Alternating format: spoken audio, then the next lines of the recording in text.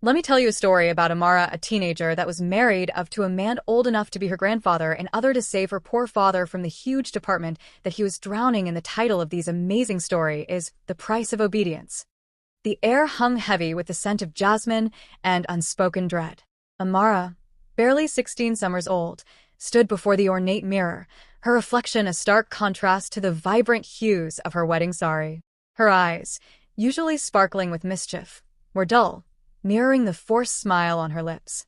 Today, she was not a girl, but a possession, a prized possession bartered for her father's debts. The groom, Vikram, a man twice her age, his face etched with the lines of a life lived, awaited her in the opulent hall. He was a man of wealth and influence, a man her father, desperate and drowning in debt, had willingly sacrificed his daughter to. Amara, however, had never even glanced at him, her gaze always averted, her heart a caged bird yearning for freedom. The music began, a haunting melody that seemed to mock her despair.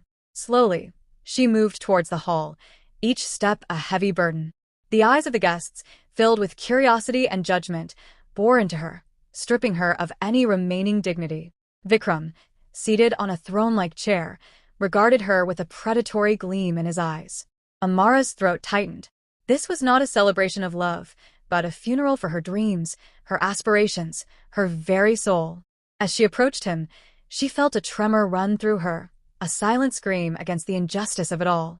The ceremony was a blur, a whirlwind of rituals and blessings she barely registered. The knot tied around her wrist, a symbol of her bondage, felt like a noose tightening around her neck. Tears welled up in her eyes, but she blinked them back fiercely. Weakness would only invite further contempt. That night, in the opulent chambers assigned to them, Amara lay awake, the silken sheets of foreign comfort against her skin. Vikram, his eyes gleaming in the moonlight, moved towards her. Fear, cold and sharp, pierced through her. She tried to shrink away, but he was too strong, too determined. A sob escaped her lips, a sound lost in the vast emptiness of the room. This was the price of obedience, she realized with a bitter pang. The price of her father's survival was her own happiness, her own freedom.